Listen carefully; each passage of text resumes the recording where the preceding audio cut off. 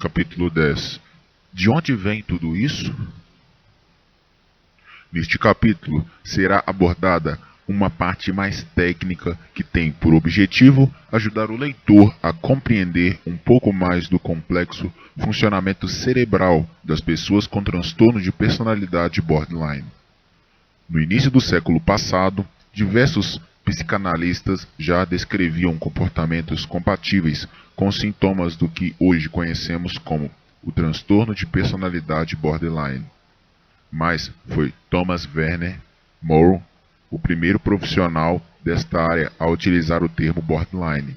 Thomas o fez para designar uma forma de depressão psicológica na qual o paciente apresentava nítidos sintomas depressivos com ideias delirantes, delirodes, de cunho persecutório, mania de perseguição.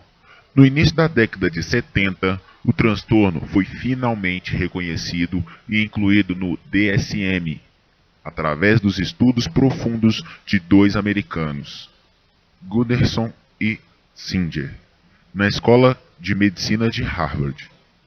É importante destacar que o DSM é uma espécie de bíblia da psiquiatria americana, e suas formulações e orientações diagnósticas norteiam os profissionais da área de saúde mental de diversas partes do mundo. Trata-se de um manual sério e submetido a atualizações frequentes que ocorrem com o intuito de adicionar novas descobertas sobre as mais diversas alterações do comportamento humano. Desta forma, a inclusão nesse veículo do transtorno de personalidade borderline, seu diagnóstico e até prognóstico constitui um passo gigantesco para que o transtorno pudesse ser identificado e seus portadores recebessem o tratamento mais adequado e eficaz. Infelizmente, ainda existem controvérsias e diferentes linhas de pensamento no meio científico e acadêmico sobre o TPB.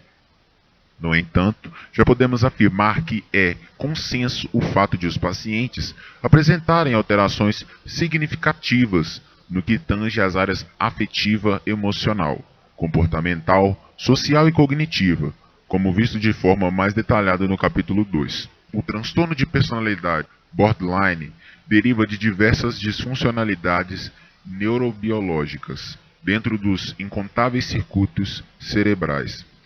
De forma mais didática, isso significa dizer que existem neste transtorno alterações na produção e na liberação de vários neurotransmissores, que são substâncias produzidas no cérebro, cuja função é transmitir e interconectar as informações entre os neurônios de várias áreas cerebrais. No caso específico dos borderlines, as áreas mais importantes são aquelas que estão relacionadas às emoções e afetividade. Esta região recebe o nome de sistema límbico e pode ser considerado o verdadeiro coração do ser humano, pois é ali que nossas emoções são geradas, moduladas e às vezes extrapoladas. Quando ouvimos expressões românticas do tipo "um coração partido", tenha certeza que o coração verdadeiro está inteiro, mas o coração mental, sistema límbico, encontra-se em ebulição. A grande estrela do sistema límbico é a amígdala.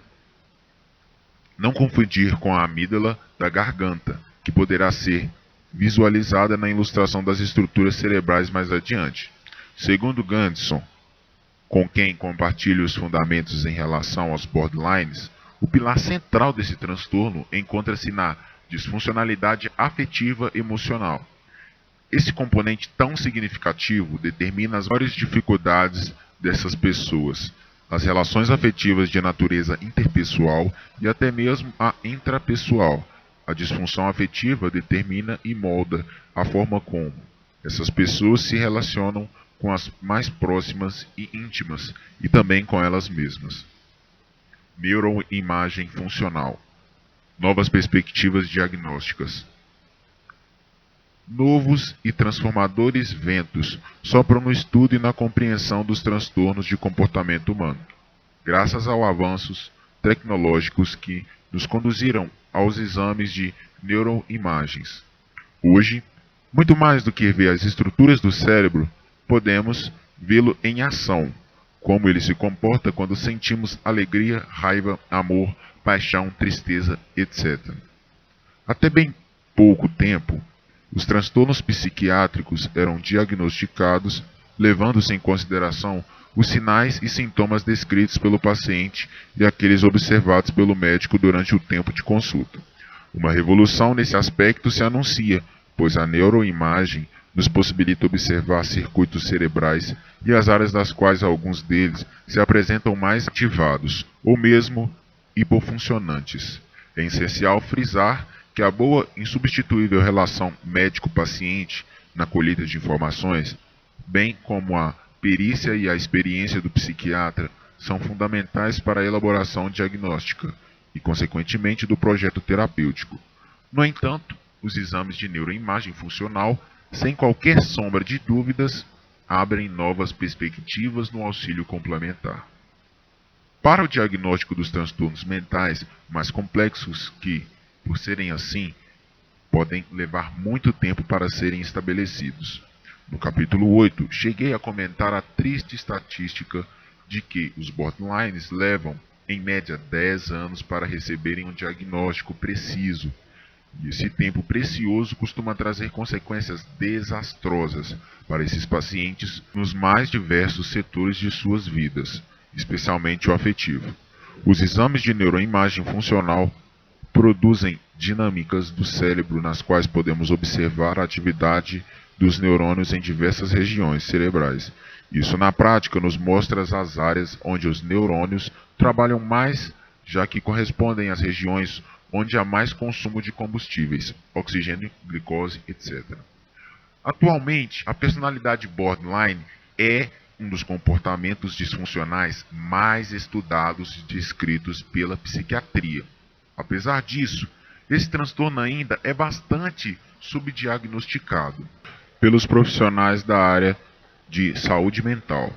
Isso é absolutamente justificável e compreensível, uma vez que o TBB apresenta uma forte tendência a se sobrepor a outros transtornos de forma fronteiriça, ou mesmo comórbida, como mostrado no esquema do capítulo 1. Raramente esse transtorno se apresenta de forma isolada, ou seja, sem outros quadros comportamentais associados. O grande desafio é detectar a disfuncionalidade primária ou central, pois no caso dos borders, a alteração afetiva emocional é a geradora de todos os demais transtornos associados e, por isso mesmo, secundários em relação à disfuncionalidade afetiva. É preciso ainda ter em mente que o diagnóstico dos transtornos de personalidade costumam ser os mais difíceis de serem realizados, já que, antes de tudo, o que existe é uma maneira de ser, pensar e agir que constitui o eixo básico daquela pessoa, a maneira superlativa de viver e o jeito de existir. Trata-se de uma personalidade que apresenta várias funções mentais alteradas e, por isso mesmo, sofre e faz sofrer as pessoas ao redor por ter grandes limitações de ver a vida sob outro ângulo. Meu entusiasmo em relação aos novos métodos de neuroimagens se torna ainda maior em relação aos borderlines, uma vez que as tais técnicas poderão nos ajudar na árdua missão de desvendar os caminhos pelos quais as emoções e os pensamentos determinam comportamentos instáveis e inesperados, geradores de muito sofrimento real e até mesmo imaginado ou fantasiado. Somente por meio de um conhecimento mais profundo seremos capazes de auxiliar essas pessoas a transcender o vazio angustiante de não conseguirem viver dentro de si mesmas. Emoção em temperatura máxima. O papel principal da amígdala. Existem evidências de que os borderlines apresentam disfunções neurobiológicas, especialmente na região cerebral, denominada frontolímbica. Essa área engloba a parte frontal do cérebro, região da testa, responsável pela tomada de decisões, uma vez que o lobo frontal funciona como nosso freio cerebral, e todo o sistema límbico constitui por diversas estruturas do cérebro. que comanda nossas emoções. Dentro do sistema límbico, a amígdala é a estrutura-chave da nossa regulação afetiva, no processamento de nossas emoções e no exercício de nossa impulsividade. Uma série de estudos de neuroimagem estrutural relativo ao tamanho, realizados por Mary C. Zanelli, da Harvard Medical School, demonstrou uma diminuição de diversas áreas do cérebro em pacientes borderlines, tais como o hipocampo, a área do cérebro responsável pela memória, a amígdala, responsável pelas emoções em geral, o lobo frontal, que é uma área associativa do cérebro e por isso exerce a função de filtro ou freio para nossos excessos. Estudos de neuroimagem funcional, metabolismo dos neurônios, também realizados por Zanarini, revelaram anormalidades no metabolismo da glicose, principal alimento das células cerebrais, nas mesmas regiões descritas antes, mas também evidenciaram de forma mais precisa alterações no córtex pré-frontal, orbital, que faz parte do lobo frontal, mas é uma área mais específica onde são processadas as informações para que as nossas decisões tomadas com mais racionalidade e equilíbrio. Outras alterações também puderam ser observadas, como a diminuição da atividade neural no tálamo, área responsável por direcionar informações vindas do corpo para a área de interpretação e resposta, no hipocampo esquerdo, nos núcleos de base responsável pelo início e término dos movimentos e no córtex pré-frontal, dorsolateral, área do lobo frontal específica para a regulagem da impulsividade, regiões cerebrais do sistema límbico e córtex pré-frontal. Dois grandes estudos, também de neuroimagem funcional, realizados pelos pesquisadores americanos Helpetz e Donegan e colaboradores, avaliaram o metabolismo cerebral através do consumo de oxigênio pelos neurônios em pacientes borderlines, quando esses eram confrontados com determinadas fotos que continham expressões faciais diferentes e que representavam emoções bem definidas para a maioria absoluta das pessoas. As emoções retratadas foram de neutralidade, alegria, tristeza, medo. Com esses estudos, os pesquisadores puderam constatar que os borderlines apresentavam um significativo aumento do metabolismo dos neurônios da região da amígdala, em comparação aos indivíduos que não apresentavam esse tipo de transtorno. Desta forma, eles puderam evidenciar uma maior reatividade frente às emoções, sugeridas pelas expressões faciais nos pacientes borders, quando comparadas com outras pessoas não borders, que constituíam um grupo de controle. Se a amígdala está hiperfuncionante nos borders, isso nos ajuda a entender o porquê desses indivíduos viverem no limite de suas emoções e porque às vezes eles vivenciam hemorragias emocionais, que podem ser observadas de forma inequívoca em seus ataques de raiva e fúria, ou mesmo em seus atos desesperados de automutilação. Além da sua função básica de dar o tom de todas as nossas emoções, a amígdala acaba influenciando muitas outras funções mentais, uma vez que ela mantém íntimas conexões com diversas estruturas cerebrais. Desta forma, tais estruturas, em parceria com a amígdala, tornaram-se responsáveis pelo processamento, interpretação e armazenamento das informações advindas do próprio corpo e do ambiente externo, e, consequentemente, do processo de aprendizagem decorrente de todo esse sistema sofisticado de trocas e conectividade de mensagem entre corpo, cérebro e o ambiente ao redor. Emoção versus razão. Segundo Antônio Damasio, autor do livro O Erro de Descartes, decisões são tomadas quando existe um equilíbrio entre o nosso lado emocional e o nosso lado racional. E para que nossas emoções possam nos auxiliar nas tomadas de decisão, é necessário que elas se conectem com a nossa memória. Assim, emoções positivas terão a ser repetidas no futuro. Em contrapartida, A memorização das emoções negativas e causadoras de sofrimento tenderão a fazer com que aprendamos a não repeti-las em outras ocasiões de nossas vidas. Para que essa relação entre emoção e razão seja harmônica e produtiva, é preciso haver uma conexão estreita entre a amígdala e o hipocampo. Nossa memória é um processo completamente associativo e a responsável por essa associação entre a emoção e o sentimento com acontecimento ocorrido dentro ou fora de nosso corpo, e a amígdala, em parceria com o hipocampo. A amígdala também mantém estreita relação com o núcleo accumbens, uma estrutura bem pequena que fica no meio do cérebro e é formada por um conjunto de neurônios capazes de produzir e liberar dopamina, neurotransmissor responsável pela sensação de prazer e motivação. O núcleo accumbens, juntamente com a amígdala, coração cerebral, e o hipocampo, memória, são responsáveis pela interpretação dos fatos que vivenciamos e seus consequentes significados. Todas as situações boas ou ruins que fazem o núcleo accumbens liberar dopamina vão acionar no nosso cérebro a vontade de repetição, em busca da sensação do prazer. O que irá definir se a repetição é benéfica ou não para o indivíduo são a amígdala e o hipocampo, que juntos são responsáveis pela interpretação emocional e armazenamento das informações na forma de aprendizado. Outra estrutura que guarda estreita relação com a amígdala é o córtex pré-frontal. Ele tem por objetivo frear o excesso de emoções advindo da amígdala hiperfuncionante nesses pacientes, o que, convenhamos, não é uma tarefa fácil no caso das pessoas borderlines.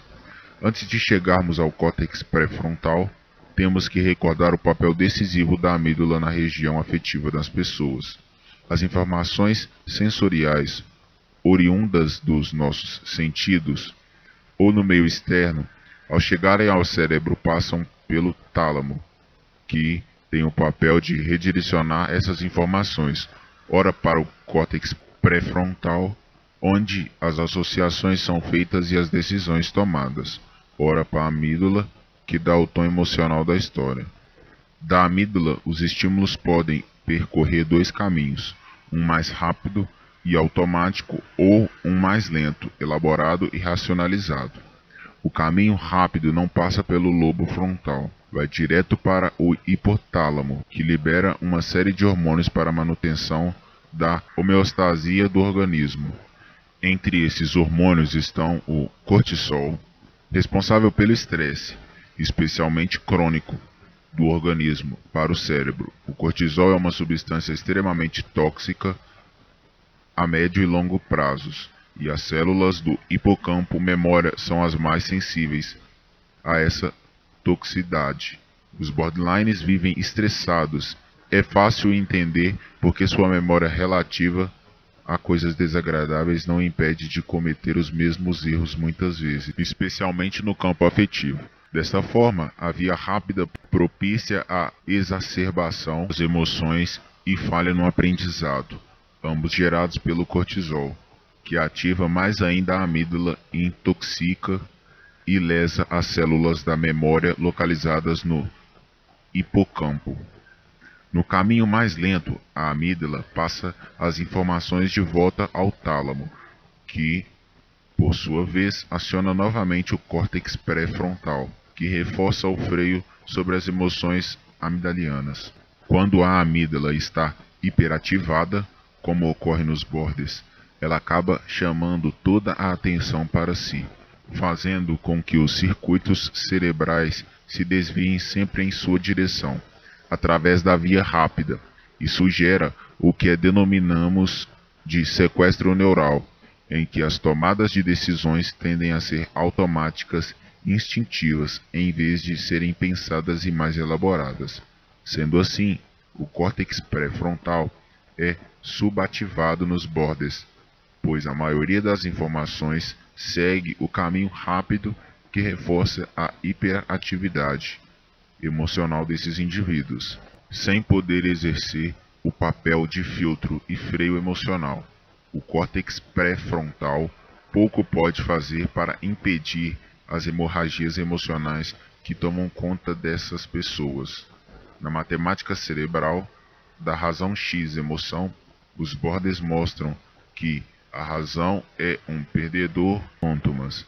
O estado de estresse crônico que constitui a vida dos borderlines também acaba por desregular o metabolismo de outra substância cerebral fundamental para que eles possam ser menos impulsivos, irritáveis ou agressivos. Esta substância é a serotonina, que nesses pacientes costuma apresentar uma profunda desregulação no processo de liberação. A alteração no metabolismo da dopamina e da serotonina diminui ainda mais a responsividade do lobo frontal e do seu conteúdo mais racional e elaborado na forma de pensar e de agir. Tal condição reforça a retroalimenta de forma mais desastrosa o hiperfuncionamento amigdaliano desses pacientes. Fatores genéticos. Sabemos que, desde o nascimento, o cérebro está em constante transformação. Em alguns momentos da vida, essa transformação é maior, como a que acontece na transição da infância para a adolescência, o que já é consenso entre os especialistas e que nascemos com o nosso temperamento bem definido, mas nossas personalidades não nasce pronta. Ela vai sendo construída ao longo da nossa vida, de acordo com as experiências vivenciadas. As mais diversas situações experimentadas por causa de nós influencia esse modelamento rumo ao desenvolvimento pleno de nossa personalidade. Assim, podemos dizer que, quando nascemos, a nossa genética traz a nossa personalidade pré-formada. E é em cima dessa predisposição que poderemos desenvolver certos tipos de transtornos mentais ou físicos. Tudo vai depender de quanto o fator genético é determinante em cada caso. Além disso, temos que considerar as influências que o meio externo nos traz. O ambiente desfavorável, traumas infantis, estresse crônico, relações familiares conturbadas, etc. poderá se constituir em um fermento propício ao desenvolvimento das formas mais graves dos transtornos. Em relação ao transtorno de personalidade borderline, há um consenso de que 50% é determinado pela genética. Estudos realizados evidenciaram um alto percentual de parentes de primeiro grau, mãe ou pai, como estes mesmos transtorno ou ainda com traços bem marcados dele.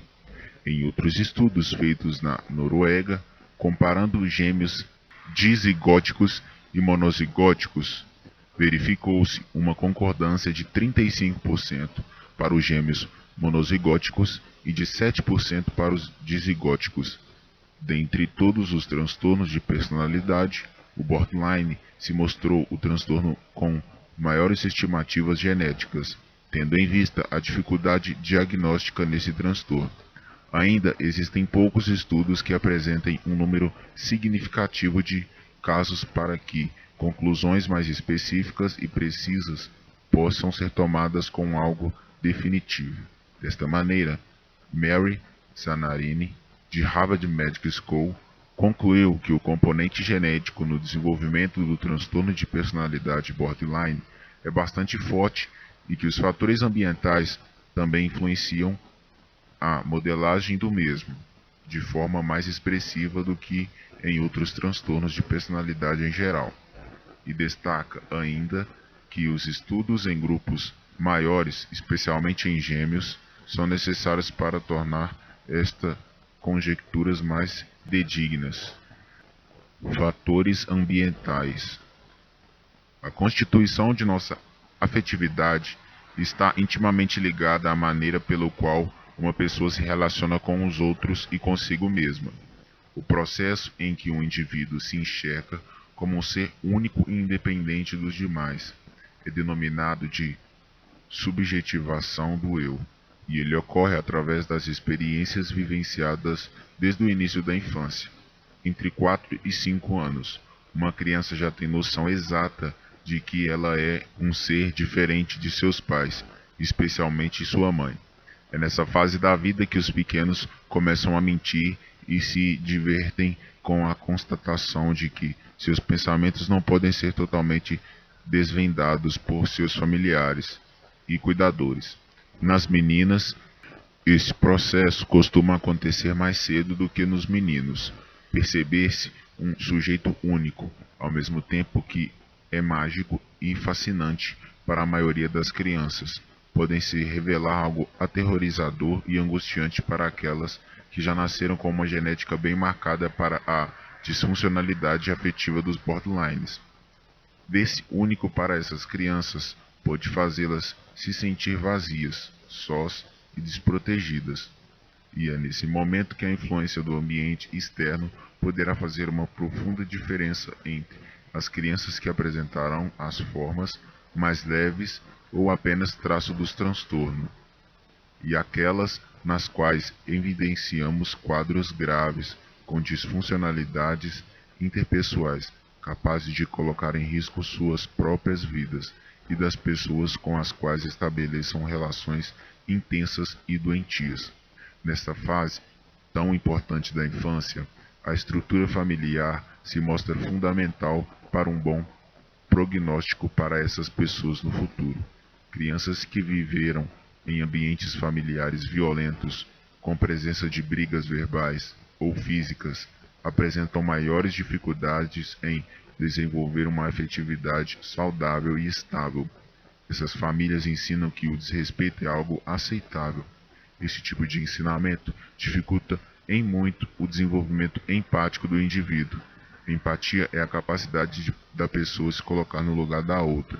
Sem o pleno desenvolvimento da empatia, é impossível estabelecer uma relação interpessoal, especialmente de caráter afetivo, com o mínimo de harmonia e respeito.